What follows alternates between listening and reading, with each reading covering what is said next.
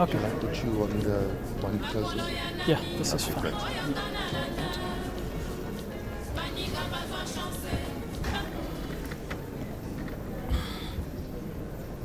Morning, everyone, and welcome to MindSpeak, and it's a pleasure to have you all here today. I'd like to first, because I sometimes forget, I'd like to thank the Intercontinental for being such great supporters of ours all these years. And in particular, I'd like to thank a friend of mine, Carl, who's now in Lagos, but he still manages the Intercontinental here, and I'm very grateful to him. I'm really happy to introduce you to Dennis Makori, and I'm going to read, he sent me a brief on his professional life, and I want to just read through it and then make some comments of my own. Dennis was at Moi University, and when he was at Moi University, he realized he had a talent and a passion for computer programming. He went on to teach himself, practice, and become proficient as a computer programmer. In my university hostel, I started developing software, and I carried this on to after university as a freelance software developer. And when Dennis was telling me this story, there's a very famous story written by somebody called Malcolm Gladwell, and he was talking about Bill Gates. And I can't remember what it's called. It might be called outliers, i.e. those of the most successful people in the world today, and he was picked on Gates as an example. And he said Bill Gates, when he went to university, there were about 8 mainframe computers in the whole of North America. And he was next door to a university, and every weekend he used to go and spend the entire weekend in the university on the computer. And Gladwell said, within a short space of time, he had learned so much about the computer, and that was the foundation stone of his success. And I suppose, in part, one of the things that really interested me was the similarity between what Dennis had done and what Bill Gates had done as well. After a string of successful projects as an individual, Dennis registered an entity, Comsoft Technologies, as a vehicle to carry out his work. He set up an office, got one person to assist in programming, another as a secretary, and then that's how it all started. Comsoft gave way to ONFON Media, which is up there, co-founded with a colleague in 2006. At ONFON, we specialize in software development and provision of mobile value-added services. He's the CEO of ONFON and chairman of the board of directors. They currently employ 65 employees directly, another 60 employees in companies associated with them. ONFON has been in operation for 7 years and is currently the leading value-added service provider in Kenya. They've also expanded into regional markets, set up operations in Uganda, DRC, Tanzania, and Ghana. Dennis he's the chairman of Denmark Petroleum Limited, chairman of Forum Construction Limited, chairman, board of directors of Ken Pharma Healthcare Limited, a board member of Afri Oil International Limited, and a board member of Comtech Worldwide Logistics Limited. And when I met Dennis is very entrepreneurial and has a very, very interesting mind in the way he explores other opportunities, and I hope we get a chance to hear from him about that as well.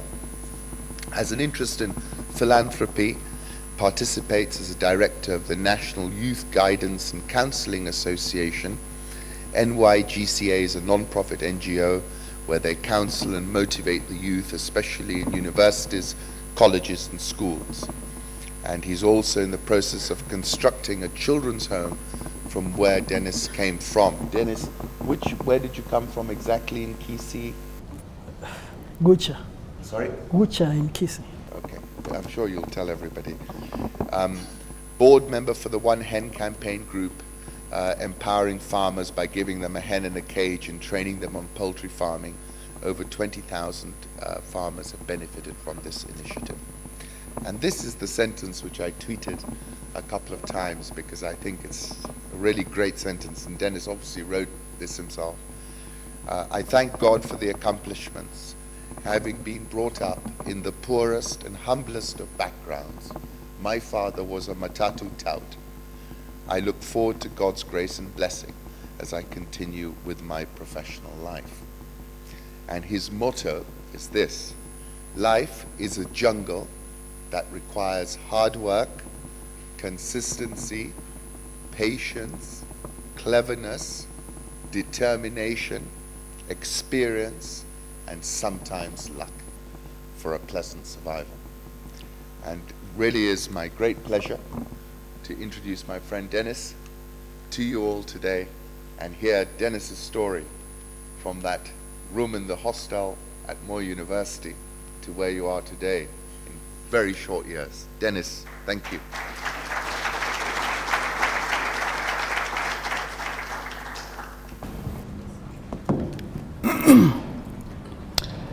Good morning.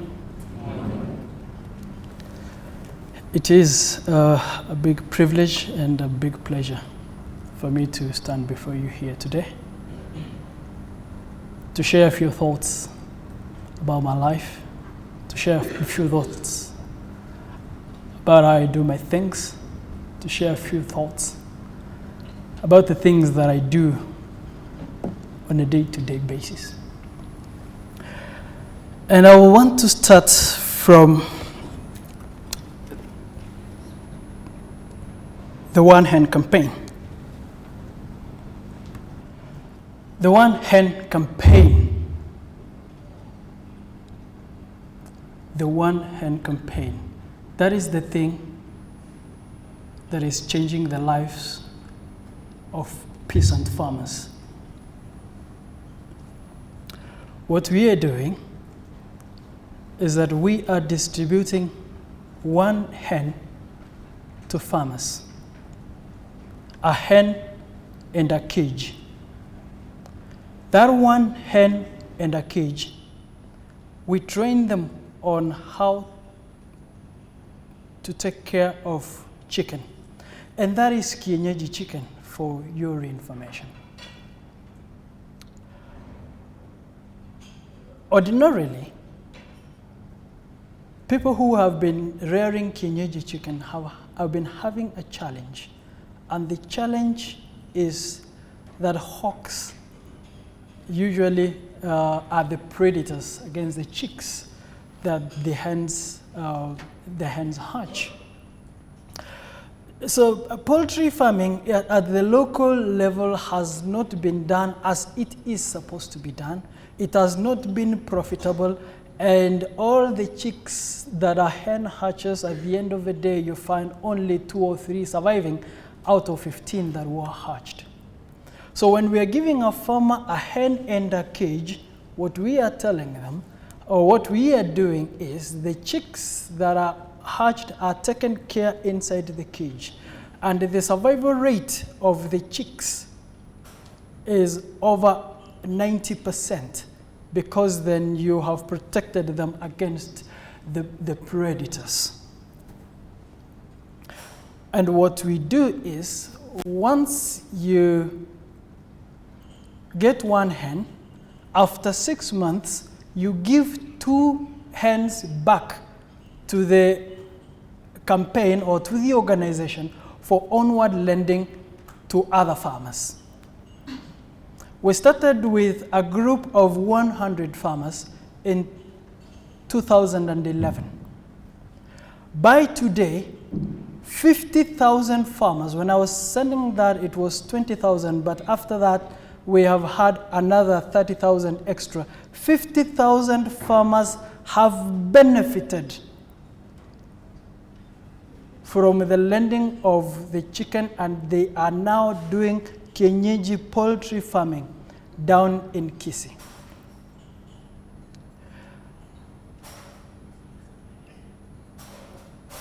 We are enabling farmers who otherwise are destitute and are peasants and are not having anything that they are doing.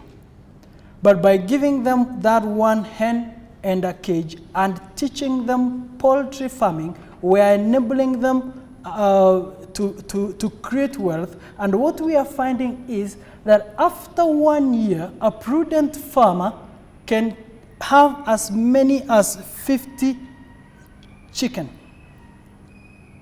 as many as 100 chicken from one in a period of a year. When they go to the second year, from the 50 or 100 that they got during the first year, they're able to get 1,000. And what have we done with these farmers? We have brought them together and we have formed a circle where they are contributing as little as 20 shillings every week. They are contributing as little as 2 eggs every week. And in a period of 2 years, peasant farmers have been able to collect 20 million Kenya shillings in the Sky Circle that we started as a result of the One Hen campaign. And we are getting other challenges at the same time. And one of the challenges that we are getting is that farmers are getting many more chicken than they are able to take care of. Because ordinarily, the kienyeji chicken, they wander around and they take care of themselves. So you can imagine if a farmer has 200 chicken which are wandering around and the neighbor has also his 500, they are becoming a great challenge. So that has again created another opportunity which we have started a feed mill for producing kienyeji feeds for kienyeji chicken in Kisii. The plant was commissioned in April of this year, and we have the capacity to produce 40,000 tons of kienyeji feeds every single day. And those are feeds that are being consumed by the local farmers, farmers who previously weren't doing anything with their lives, and farmers who are now able to pay school fees for their children. They are able to put food on their table. They are able to be circle members, thereby bringing them into the mainstream banking system, and now farmers who own a factory that is producing chicken feed in Kisii. It is something that we want to take to the whole of Kenya. It is something that we want to take to the whole of Africa. And our motto is that we want to feed the world with organic chicken from Africa.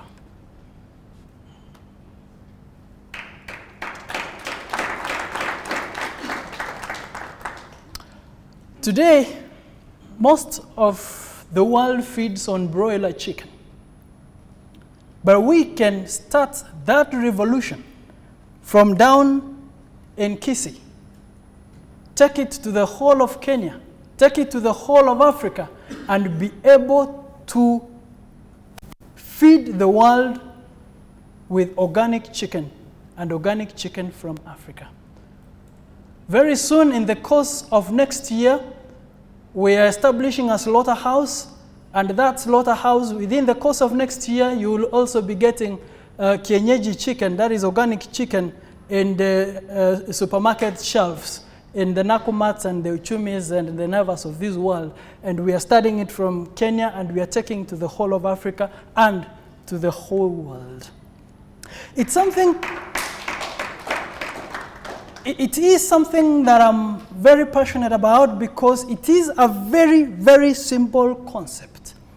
How many people have been keeping kienyeji chicken for the rest of their lives?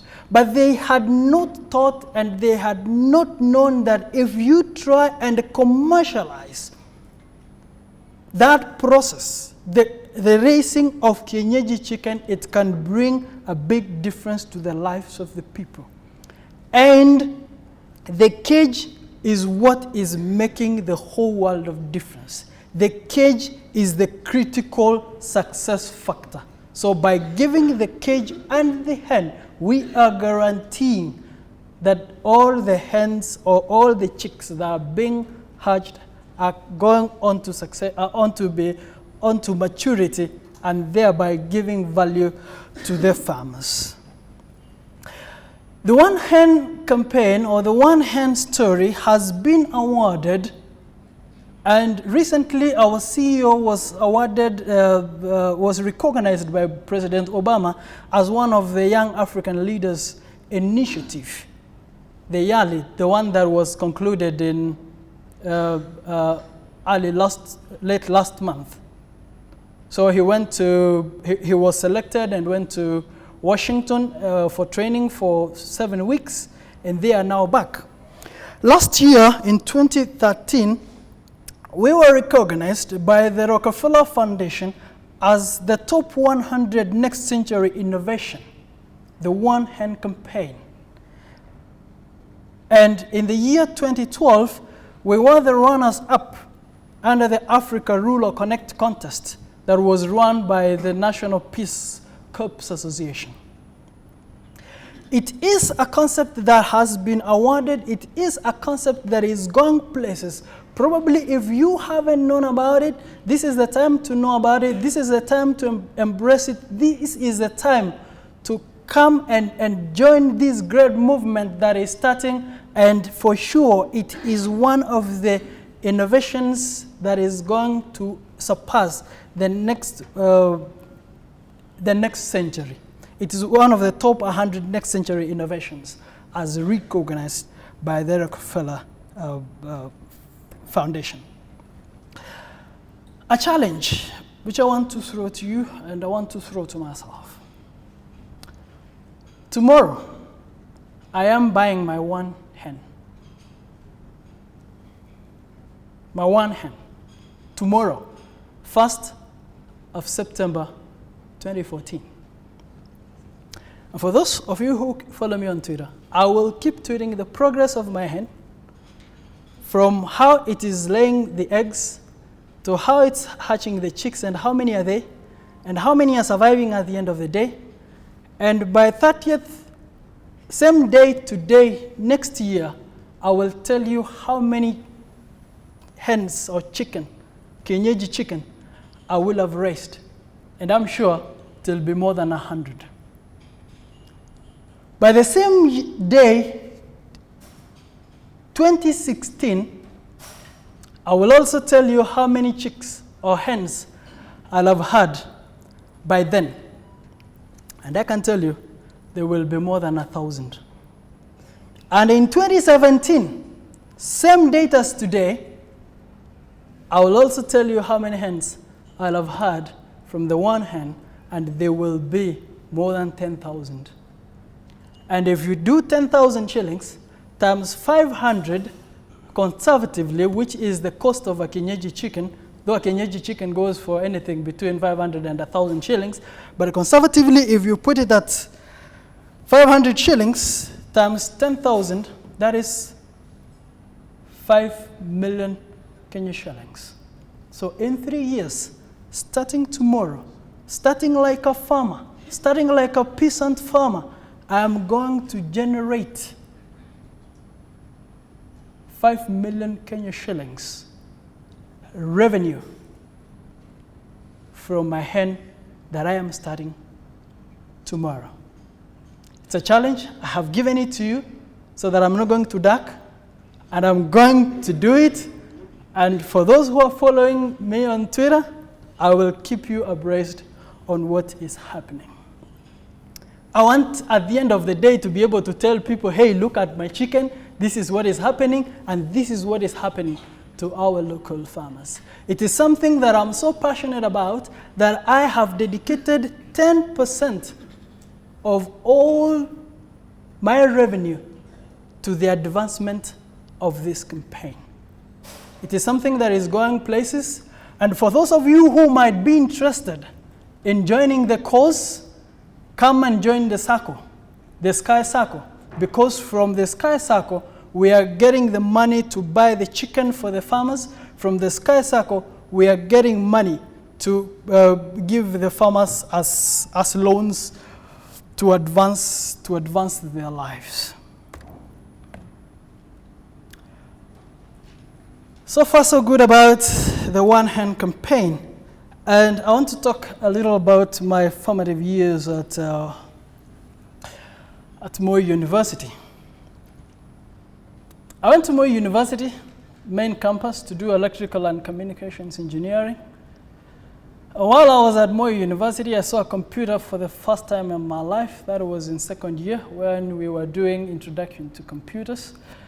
I remember going to the computer lab and there was Windows 98, and when it's booting, you can see Windows 98. There was something down there as it was trying to boot. I'm not sure many of you have seen Windows 98. So that is the operating system that we had then, and I was learning from what a mouse is, to what a hard disk is, to what a monitor is, to what a keyboard is. And I became very interested in the computer because I had learned and heard that the computer is what is running the world. And so I wanted to know how this bloody thing here is running the world. So I wanted to know the inside, and within a very short time I was learning to install operating system, install programs, and within a short time I was learning to program. So I sat in my computer room, not my computer room, in my hostel room, hostel 1, room 114. Area, for those of you who've been to Moi University. And that is all where it started. Because I would sit from 6 a.m. in the morning to 10 p.m. at night learning to program. It's something that was very interesting to me. It's something that I found very fascinating. Because whatever you were learning, I was privileged to have a small computer, which then I would practice on. And before long, I'd become very proficient.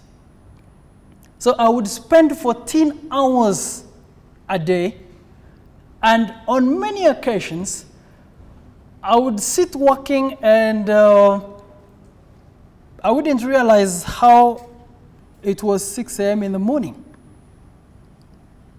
I would work, and before I know it, when I look at the watch, I find it's 6 a.m. in the morning, and I'm like, God, I have not slept.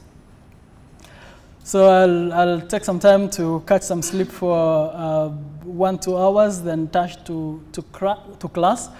And many times I used to Skype class. Do not tell my lecturers at Moi University like that, because they might withdraw my degree. But I used to Skype class a lot because I had got a passion, and that is the passion that I wanted to advance. And so by the time I was coming out of Moi University, after my 5th year of electrical and communications engineering, I was more of a computer programmer than an electrical engineer. And so I decided to come out here and to do freelance software development. It wasn't easy at the beginning, but I kept at it, and my colleagues who we had come out of university with were my ambassadors out there, because I needed jobs to do as a freelance software developer. So whenever they were going and looking for jobs in the various organizations of Nairobi, then whenever any would hear of anywhere people want any customized softwares for development, then they would refer those to me. And my very first program that I did was a fleet management system. I developed a fleet management system for some guy who had a fleet of trucks and needed a system to manage them, from scheduling of drivers, scheduling of trips to maintenance, everything. And I was paid 10,000 Kenya shillings. And that was a lot of money then. Because 10,000 shillings would run me for 3 days. Not 3 days, 3 months. Because my rent was 2,000 where I was staying in Kahawa West. And when I used to take matatu from Kahawa West to town, those were before Michuki rules. Even when the bus is not full, I would go in and stand. Because if you're standing, you're paying 15 shillings, and if you're seated, you're paying 40 shillings. So it used to be very awkward. You've got into a matatu, and the seats are empty, and you're standing. Because you want to pay 15 shillings as opposed to paying 40 shillings if you're standing. Cash was very tight then, but what needed to be done had to be done. And as Alkan already said, I started ComSoft Technologies, and ComSoft Technologies gave way to ONFON Media, which ONFON Media is what we are celebrating here today. Now, maybe a little about ONFON Media. We provide short codes, bulk SMS. We do software development and custom applications, and we do mobile banking. And USSD, the *234#, those kind of services, that is what we call USSD services. And we started a new service called NemTunes, and we launched it early this month on the 13th of August. And lately, when you call somebody, you hear the meaning of their name being said on the Skiza platform. I'm sure you have called a couple of people and you've heard the meaning, or you're being told the meaning of their names. That is one of the services that we are running at ONFON. We did a lot of research. We went to all parts of this country, and we looked for meanings of people's names and all the local names, all the English names, the Swahili names. Then we produced them in the studio and voiced those meanings, and we loaded them on the Skiza platform. It is a service that has had a good take-up, and we have already had it on Safaricom, on You. Now we're loading it on Airtel, and we should be taking it shortly to many other countries where we are already doing research.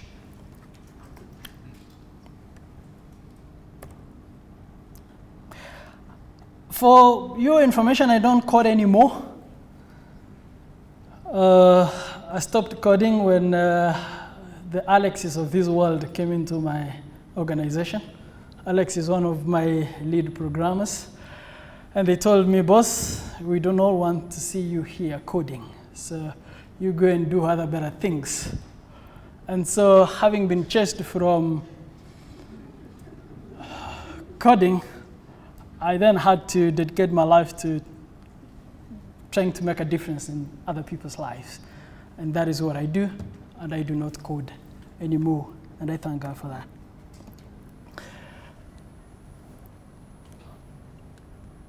Now, think. It is sometimes, it might sound like an insult if I told you to think. But the truth of the matter is, and it is very unfortunate, that most of us do not think. No, I don't want to put we because I'm not part of that group. Most of you, sorry, do not think. Or better, most people do not think. People just take life the way they find it. You wake up, you go to work, you do whatever it is, then you get into the traffic, back home, you go cook, eat and sleep. And then the next day, and the next day, and the next day, and the next day. People do not think. A good number of people do not think. And I want to ask, by a show of hands, how many of you in the last 1 week have dedicated 1 hour to yourself silently thinking?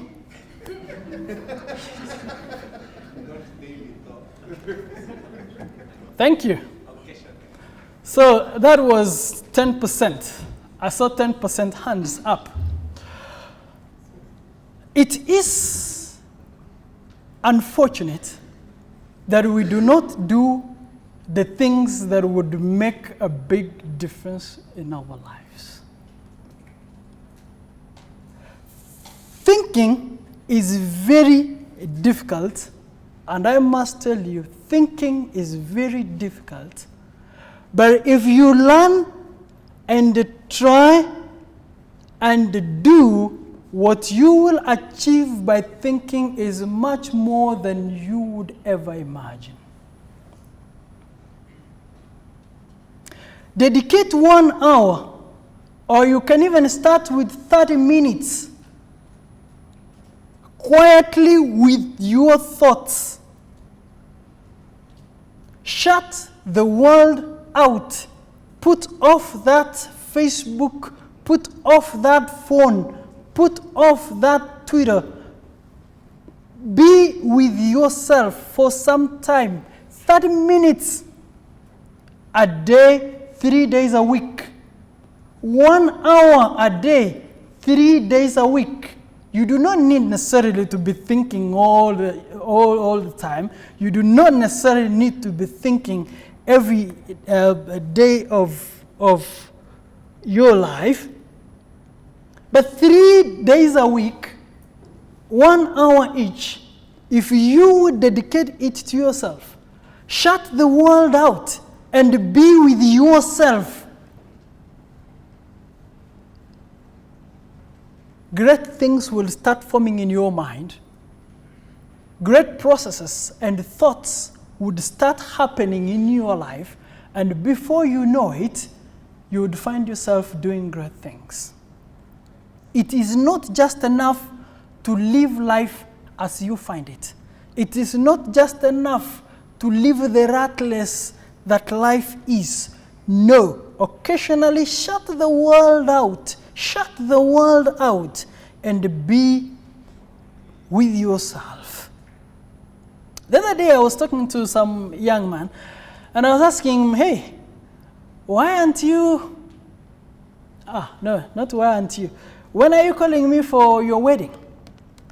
And he was like, hey man, I'm not marrying anytime soon. And I'm like, why? And he told me, if I am married, it will deny me my thinking time. He told me, we were having dinner, you going home, I am sure you are not going to think. Me, after this, I'm going to take a couple of hours and in the quietness of my house, work up to, say, 2 a.m. in the morning. That was about 9 p.m. And I looked at him and I'm like, yes. And that is a guy who's making big waves in the industry and is going big places. And I said, yes, that is a secret. He knows when everybody else is busy running the rat race, he gets his quiet time to think about life, to think about his work, to reflect, and to do some quality work in the quietness of the midnight.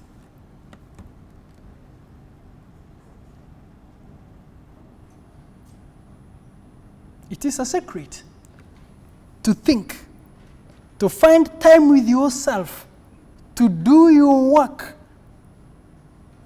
in the quietness of your own, to be with yourself.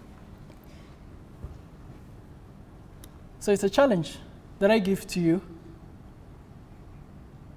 Those of us who are married, and therefore can't work sometimes at night, but we can still find 1 hour, 3 days a week to be with ourselves, to think about ourselves, to think about the things that matter, to organize our thoughts, to order our thoughts. It is a very important thing, and therefore it is very important to cultivate the culture of thinking. And it is one challenge that I leave to you. I occasionally, by the way, 1 hour at least. Well, you might say I have an advantage because I'm an introvert. But I like taking time off and sharing my email, sharing my phone. I mean, just being with myself, with my thoughts and ordering my thoughts. And that has been a critical factor in success, a critical factor to who I am in life.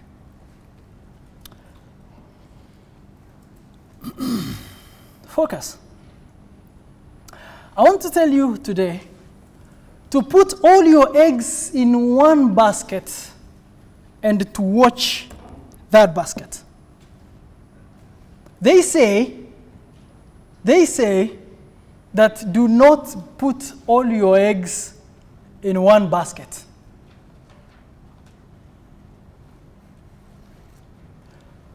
Put all your eggs in one basket and watch that basket. If you do, I can tell you for a fact that if anybody were to come anywhere near that basket, you would not let him. If all your eggs were in one basket and one person wanted to mess with that basket, you are not going to let him mess with that basket.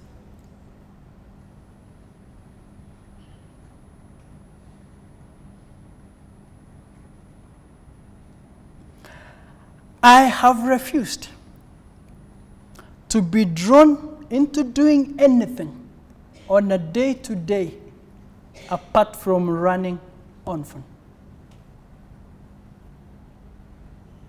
That for a fact. I have refused, and you can mark my words, and you can go and check it out. I have refused to be drawn into doing any other thing day to day apart from running ONFON. When I do the other things that I need to do, I do it at the board level and I leave other human beings to run the show. The One Hand campaign that I told you about, I sit at the board as the finance director. I am never there day to day, but I know what they are doing. I am in sync with them, but there is a management, there is a CEO, there is a deputy CEO, there are people on the ground doing day to day. In as much as I have a passion there and it is something that I really like, I am not doing it day to day because I know the day I will start doing 2-3 other things apart from running ONFON, then I am losing my focus. My one basket is ONFON. My one basket, where I have put all my eggs, is ONFON. And if you dare come around that basket, I am going to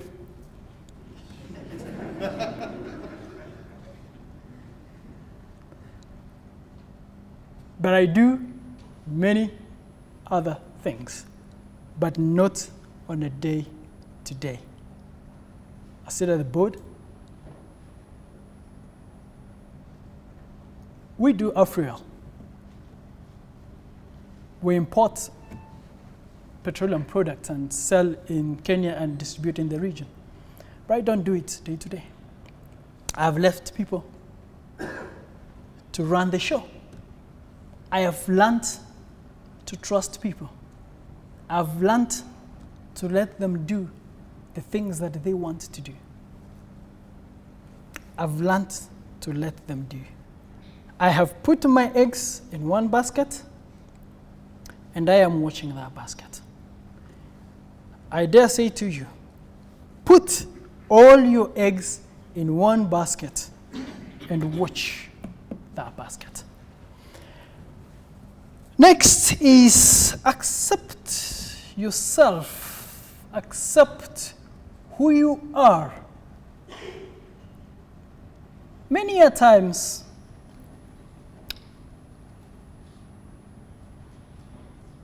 we try to do things that we are not meant to do. We try to be what we were not meant to be. I want to tell you here, and in broad daylight, that we cannot all be businessmen, because we were not all created to be business people. We were created with different talents. We were given different talents. We have different opportunities. We were placed in different areas. And it is very important for you to accept, first know who you are, and accept yourself for who you are, and you come to terms with that. For that is very important. It is very important to identify your talents, identify yourself, identify and pursue your talent. Probably, if I may say for the bit of, not everybody is meant to be a business person, that is probably why the stock market came. Because then if you are not necessarily a business person, you can invest in other people's businesses, and by investing in other people's businesses, you are generating more income for yourself, and therefore the need for the stock market. But it is not possible. And the reason why I'm saying this is I have seen a couple of guys trying to run business and go into business. And when I sit back and try to analyze probably the reason why they are struggling so much, and I find it is because they were not cut for business. But because somebody has said that if you want to be successful, you have to run a business, it's a fallacy. It is not always true that every one of us, or if you want to be successful, you have to go into business. It is not always the case. You can have your talent, whatever your talent is, try to be the best that you can be in whatever thing it is you are doing. Do that one thing. Do that one thing which is your talent, which you're talented in. And if you do it best, you can be the best in that particular field, and you could be much more successful than if you try to be or to do something that you are not cut for.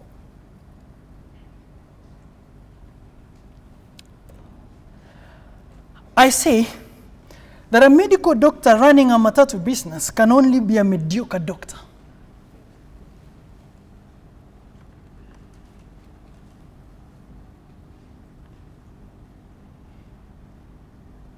A medical doctor running a matatu can only be a mediocre doctor. Why would you, when you are concentrating in your field of medicine, concentrating on a noble calling of being a medical doctor, have a matatu.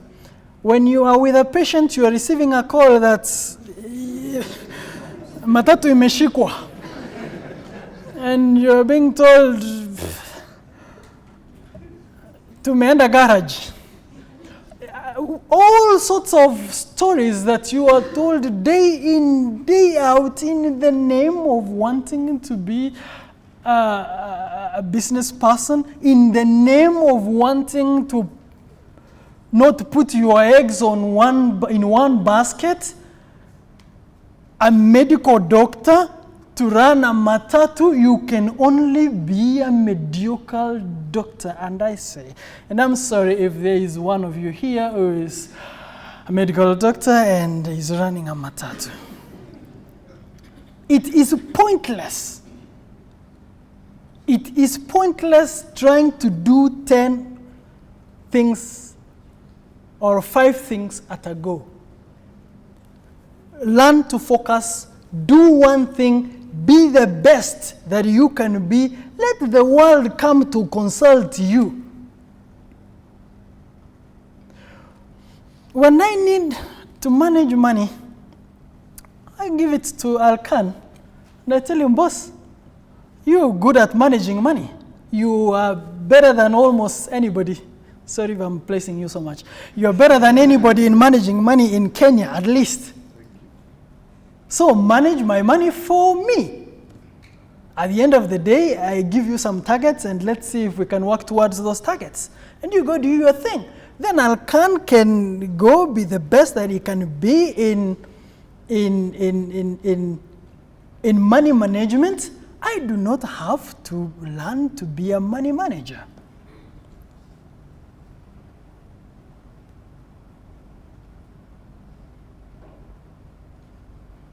A friend of mine called Tom Makori is a security expert, a network security expert.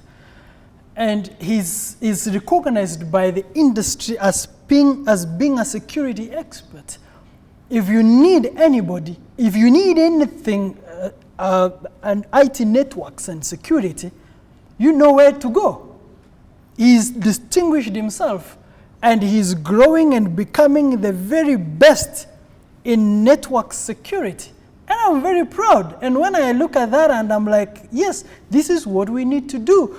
Cultivate your niche, get it right and do it. Put all your eggs in that one basket and watch that basket, and that basket will make a big difference to your life. Work and work hard towards something.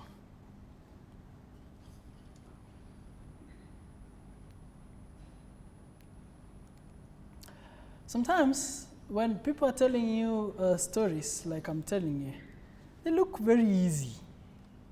Easy and rosy. But it's never easy. It's never that rosy.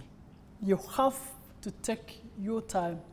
You have to read, you have to research, you have to bear the pain, you have to sit those many hours, 14 hours if you can.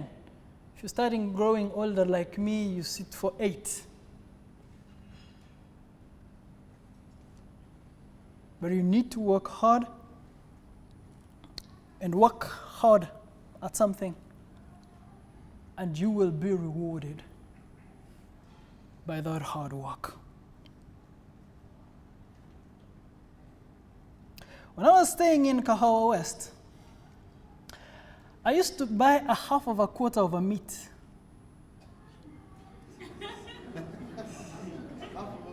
Yes, a half of a quarter. For 16 shillings, we had a butchery next door that was selling half of a quarter of meat for 16 shillings. I know, that was in 2003, 2004. And that with sukuma wiki, you cook them together because you can't afford to cook the quarter of a meat by itself. So you cook it and then you put sukuma wiki inside. That would be a meal for lunch, dinner, and lunch. I used to be alone. And that was motivation for me. So when I would do that, and then I have a contract to develop some system for somebody, I'm going to sit down and sit down and sit down and finish it and deliver it and get paid. It was my motivation. And I worked hard for it. Today, I might not be doing the same, but I laid the foundation. You can lay your foundation too. And if you lay your foundation on secure stone, if you lay your foundation where you need to lay it, on secure stone, on the rock, the so-called rock, that rock is hard work. The rock on which to lay your foundation is hard work.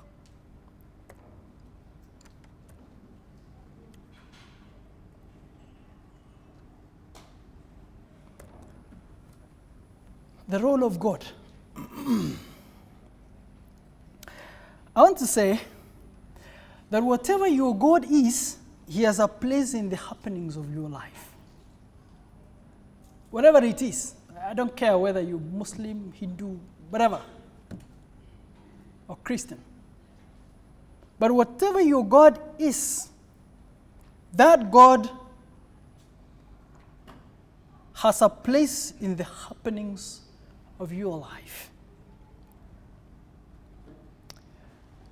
Many times, what we call luck is the workings of God.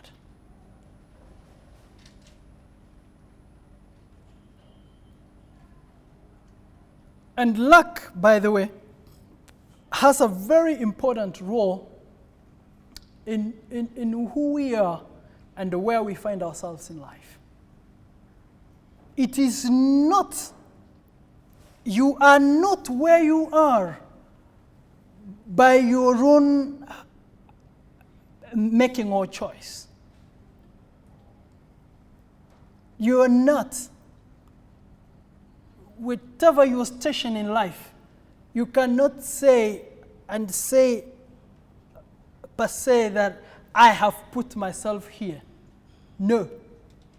Luck played some role. And that luck is the hand of God. That luck is the aspect of life, of God. And I say that if we trust in Him and hear His voice and let Him lead, we can never go wrong.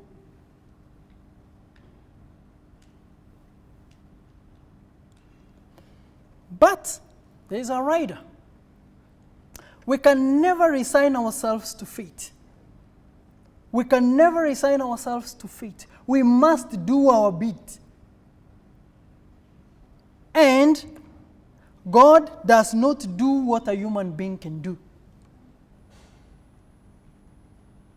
God does not do what a human being can do. You have to do your bit. You have to go and do your work. You have to sit down and think. You have to sit down and lay strategies. You have to sit down and work. That is the realm of the human.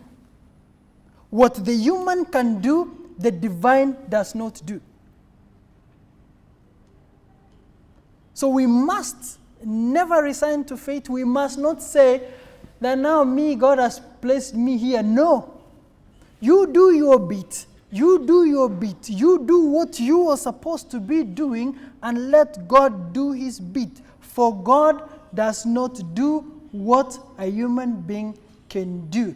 If it is your chance to go wake up in the morning, go to work, you have to wake up in the morning and go to work.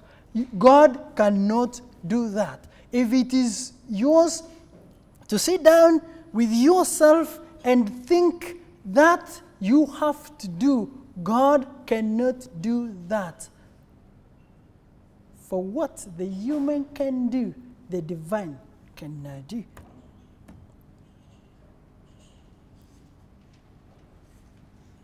Listen to yourself. Listen to yourself. Listen to yourself. Most times, and as I said in relation to thinking, many people do not listen to themselves. And the question that I would want to ask is, why would you want to listen to everybody and fail to listen to yourself? Why would you want to be with everybody and refuse to be with yourself? It is important that you listen to yourself. It is important that you listen to your innermost thoughts, and it is important that you listen to your unspeakable desires.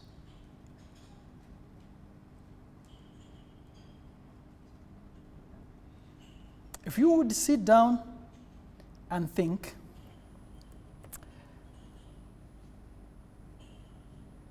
in the thinking, you are in a way listening to yourself. And if you listen to yourself, you will surely hear. I am not sure that you get me. I am not sure if you understand what I'm saying. Because I'm saying a bit of very deep spiritual things. But suffice it to be that if you listen, you can hear. If you listen, you can hear.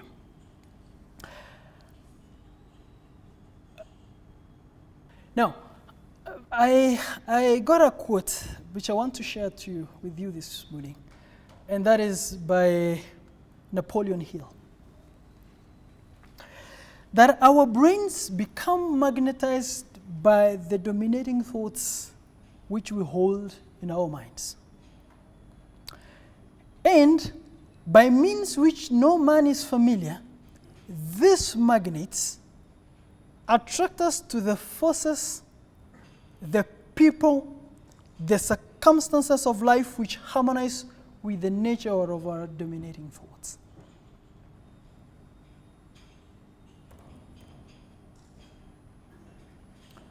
Dream. By dreaming, you're just dreaming. By dreaming, you're imagining what you want to be. By dreaming, you're imagining where you want to go. You can dream, and if you envision that dream, you can achieve it. I could say very confidently, I'm not very sure though, that the one thing that I have, probably in larger supply than any one of you here, is the ability to dream.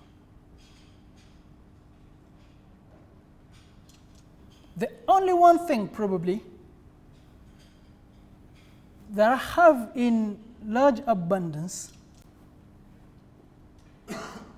95%, is the ability to envision that dream.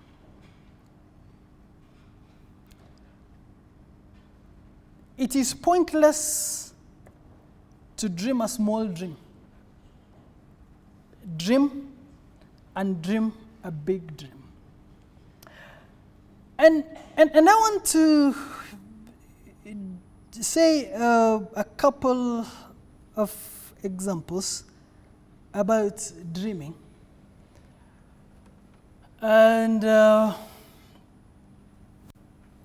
when I was at the university, one day, me and Andrew and another guy called Thuranira, we were sitting down and we were dreaming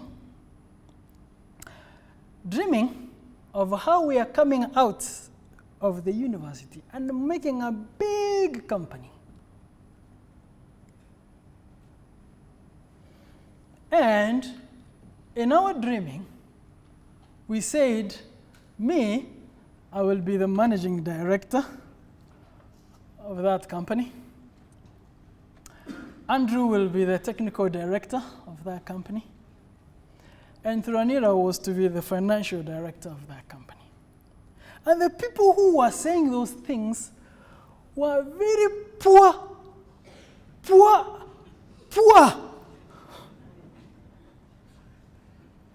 That didn't know what life has in store for them the day after tomorrow.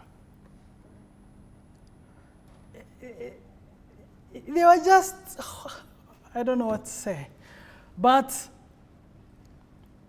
it was a pure dream. I hope I'm not time. I'm okay. I'm good. Thank you. Now, I don't know whether you can imagine that. Huh?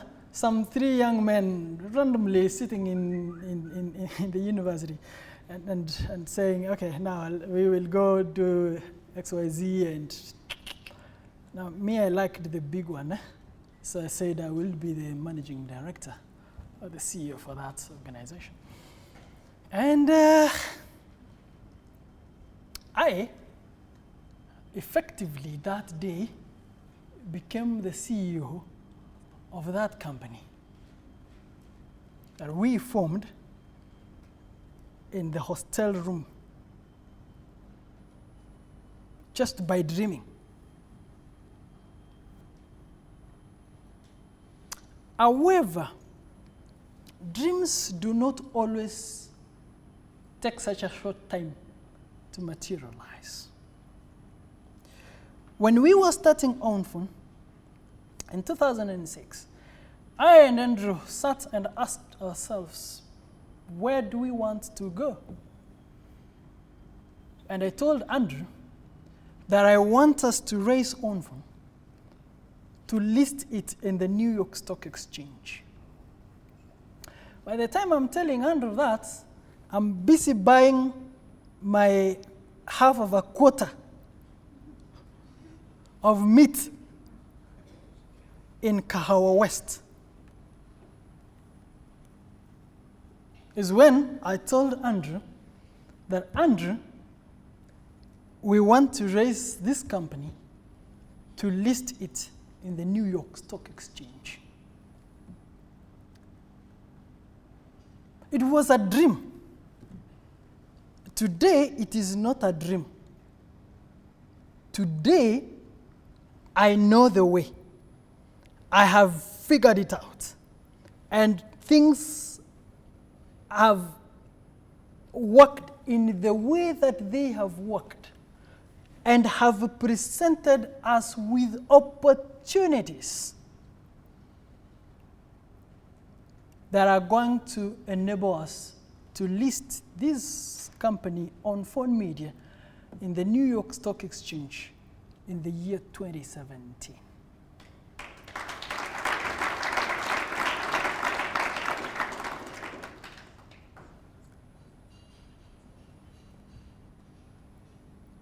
So it depends what you want to dream. And it does not matter where you are in relation to where you are dreaming. It does not matter where you are in relation to what you want to dream.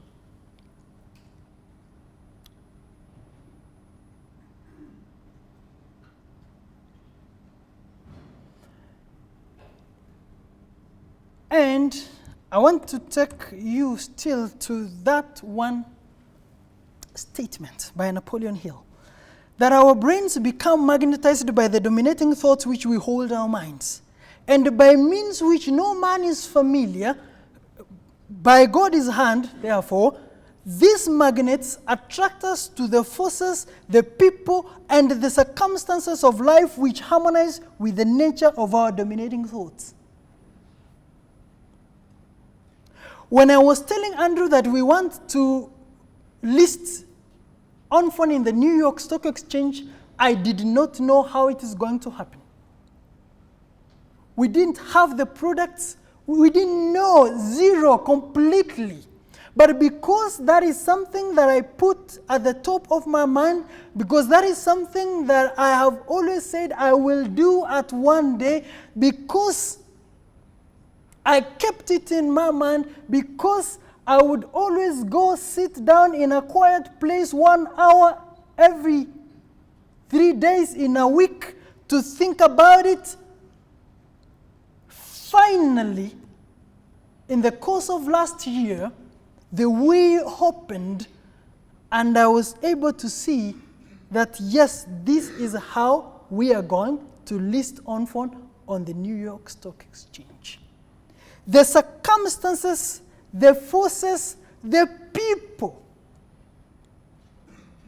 have been aligned in a way to bring about the fulfillment of that one thing which we have always held dear. That one thing which we have always held in our minds.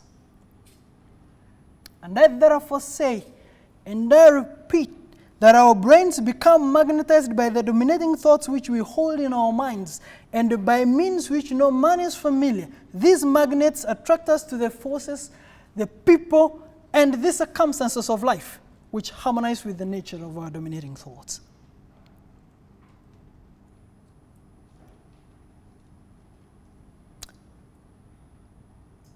When I sit down to think, I still dream, because as long as it is not realized, it is still a dream. And I dream that day when I will go with Alkansach to New York to ring that bell with one hand with the Kenyan flag on the second hand.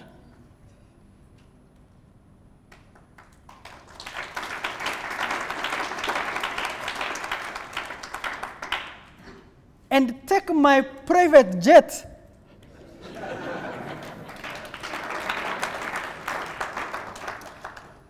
to Jomo Kenyatta International Airport to find President Kenyatta waiting on one hand and the media on the other hand waiting to be addressed, and me on one hand having the Kenyan flag on one hand and the ONFON flag on the other hand.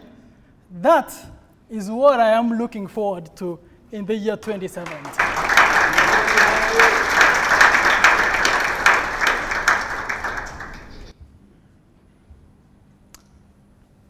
Whatever you call it a dream.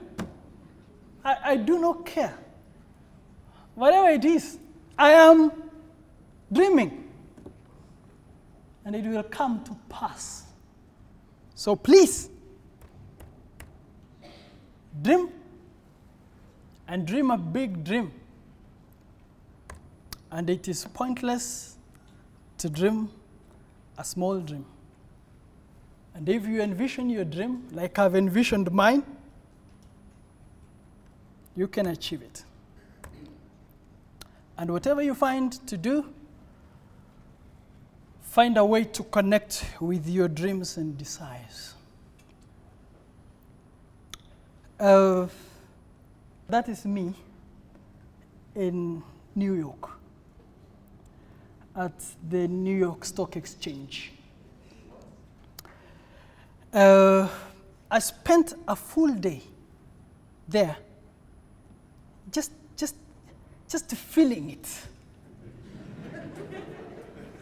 You know, you can see I have water in one hand, and probably a couple of photos have been taken on the other hand. And I stayed there from morning to evening.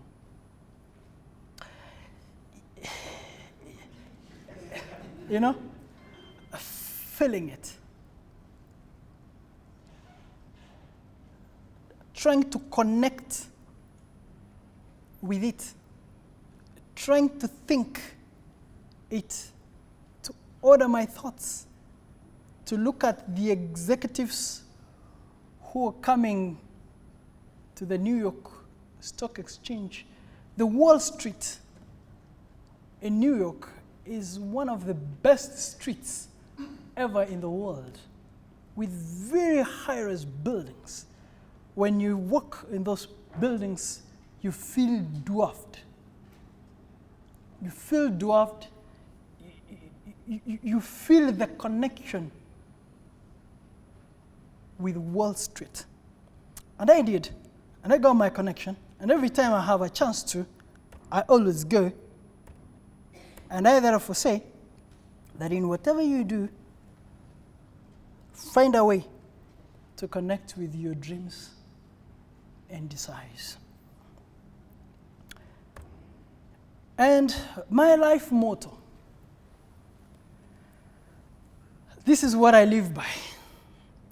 Life is a jungle that requires hard work, consistency, patience, cleverness, determination, experience, and sometimes luck for a pleasant survival. That is my house. The one that I built in 2004. Because I needed to marry. And I married in 2005. So when I got some little money in 2004 from my software development, I built that house. It's still there, by the way. It's still there, and that is where my Shamba boy lives. And that is deep in rural Kisii. That is the beginnings. That is where I came from. And with that, thank you very much.